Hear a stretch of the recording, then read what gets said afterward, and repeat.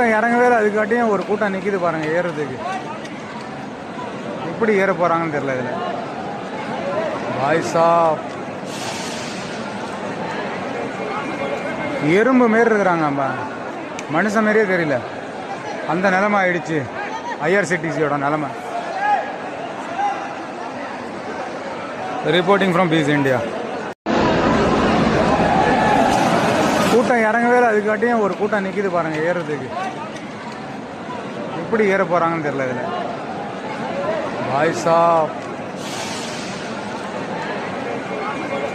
எறும்பு மாரி இருக்கிறாங்க, மனுஷன் மாரியே தெரியல.